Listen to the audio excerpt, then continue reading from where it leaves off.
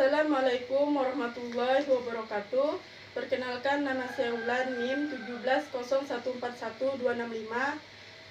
Di sini saya akan membuat video mengenai kuesioner pelaksanaan pembelajaran daring pada masa COVID-19 yang saya wawancarai pada guru kemarin. Dan tahap-tahap pelaksanaan penelitian tindakan kelas.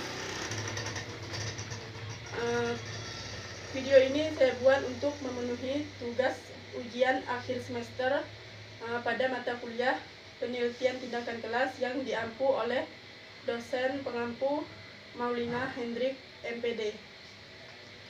Baiklah, akan saya mulai. Jenis kelamin koresponden perempuan, status pekerjaan guru honor, status pendidikan sekolah dasar, jenjang kelas yang diajar kelas 4 SD, lama pelaksanaan pembelajaran dari rumah yaitu lebih dari 3 bulan. Rencana pelaksanaan pembelajaran atau RPP yang digunakan. Guru tersebut menjawab yaitu RPP yang dirancang sebelum COVID-19. Jenis pembelajaran yang digunakan dalam mengajar selama COVID-19. Guru tersebut menyebutkan kepada saya bahwa pembelajaran yang digunakan yaitu masih pembelajaran daring, belum tatap muka sama sekali. Jika pembelajaran daring, sebutkan aplikasi yang digunakan. Guru tersebut menyebutkan bahwa aplikasi yang mereka gunakan yaitu Google Classroom, tapi masih ada juga aplikasi-aplikasi yang lain. Jika pembelajaran secara daring, berapa persentase siswa yang mengikuti pembelajaran?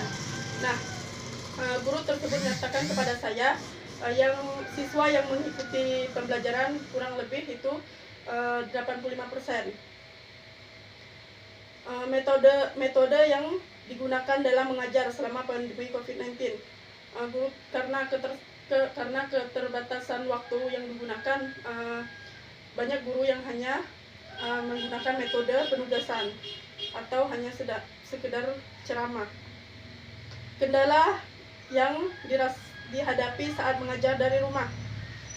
Guru tersebut mengatakan bahwa sarana dan prasarana pembelajaran yang kurang mendukung. Bagaimana bentuk apersepsi yang dilakukan selama pembelajaran COVID-19? Guru tersebut menyatakan kepada saya yaitu bentuk apersepsi yang dilakukan yaitu dengan menyiapkan RPP, memastikan bahwa semua siswa memiliki paket data internet, karena jika tidak ada paket data internet maka tidak akan menunjang proses pembelajaran daring.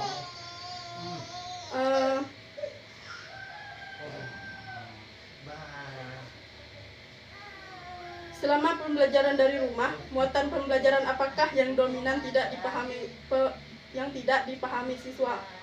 Guru tersebut mengatakan kepada saya bahwa yang banyak kurang dipahami siswa yaitu baik secara tatap muka ataupun daring, yaitu kebanyakan siswa kurang paham dalam memahami materi pelajaran matematika, karena pembelajaran matematika ini memang harus dijelaskan secara detail tentang rumus-rumusnya. Bagaimana jika tidak dijelaskan secara detail maka siswa kurang mampu untuk mencerna apa yang dijelaskan oleh guru tersebut. Terkait muatan pembelajaran bidang ilmu PGSD atau materi pembelajaran tidak dipahami siswa, berapa siswa yang mengalami kendala? Misalnya ada 30 siswa dalam pembelajaran itu. Nah, kira-kira kurang lebih ada 10 siswa yang banyak memiliki kendala. Kemudian berdasarkan muatan pembelajaran yang tidak dipahami siswa, kemampuan apakah yang dominan sulit dikuasai siswa? Nah, guru tersebut menyatakan kepada saya bahwa siswa tersebut kurang mampu dalam kemampuan berpikir secara cepat. Karena kan pasti dalam pembelajaran daring tidak akan memungkinkan untuk menjelaskan secara detail tentang materi-materi yang diajarkan pada saat itu, pasti langsung ada penugasan. Nah, siswa itu kurang mampu dalam mencerna ide-ide yang ingin dikeluarkan dan cenderung sulit untuk menerima materi. bentuk pemecahan masalah apa saja yang digunakan untuk mengatasi kendala tersebut. Nah, bentuk pemecahan masalah yang guru tersebut gunakan yaitu dengan menggunakan media pembelajaran. Nah, dengan menggunakan media pembelajaran ini, siswa akan lebih memahami materi yang diajarkan, seperti pada contoh mata pelajaran matematika, yaitu dengan menggunakan alat peraga, misalnya materi pembelajaran operasi hitung. Nah, menggunakan alat peraga yang ada operasi hitungnya. Begitupun seterusnya. Nah, selanjutnya di sini saya akan menjelaskan tentang pelaksanaan penelitian tindakan kelas pada masa pandemi COVID-19. Nama sekolah yang saya wawancara yaitu SD Negeri 19 Tobuali. Nama guru kelas yaitu Indah SPD. Mengajar pada kelas 4.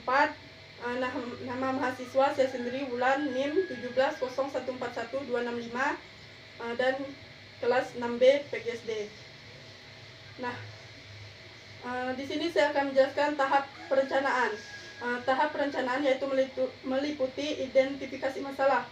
Nah, identifikasi masalah yang dapat saya ambil yaitu pada dasarnya siswa kelas 4 SD masih mengalami kesulitan dalam memahami mata pelajaran matematika dan kurang mampu dalam berhitung jika hanya dengan menggunakan metode penugasan karena kemampuan berpikir siswa secara cepat masih rendah.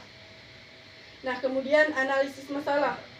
Analisis masalah yang dapat saya simpulkan yaitu metode mengajar yang digunakan guru dalam menyampaikan materi kurang efektif karena hanya dengan metode penugasan sehingga siswa masih mengalami kesulitan dalam memahami materi operasi hitung. Sebaiknya guru menggunakan alat peraga yang sesuai dengan materi yang disampaikan untuk memudahkan siswa dalam memahami materi pembelajaran. Kemudian rumusan masalah. Rumusan masalah yang saya ambil yaitu bagaimanakah peningkatan kemampuan guru dalam menyelesaikan masalah tersebut dengan menggunakan media pembelajaran. Kemudian hipotesis tindakan. Jika kegiatan menyelesaikan soal dilakukan dengan menggunakan media pembelajaran seperti alat peraga dalam mata pelajaran matematika, maka kemampuan siswa dalam memahami materi pembelajaran akan semakin meningkat. Kemudian jadwal pelaksanaan PTK yaitu saya wawancara pada hari Kamis 11 Juni 2020. Kemudian silabus dan RPP yang akan saya lampirkan di link di bawah ini nantinya.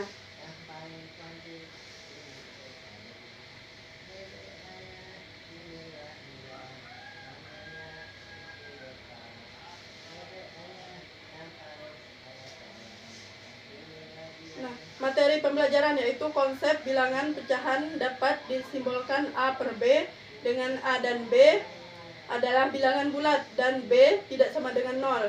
Pecahan dapat dikatakan senilai apabila pecahan tersebut mempunyai bentuk paling sederhana yang sama. Bentuk pecahan yaitu ada pecahan biasa, pecahan campuran, desimal, dan persen. Kemudian alat atau bahan yang digunakan yaitu buku, papan tulis, alat peraga, dan gambar yang sesuai dengan materi yang akan diajarkan.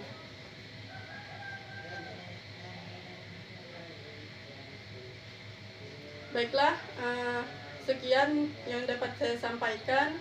Kurang lebihnya saya mohon maaf. Wassalamualaikum warahmatullahi wabarakatuh.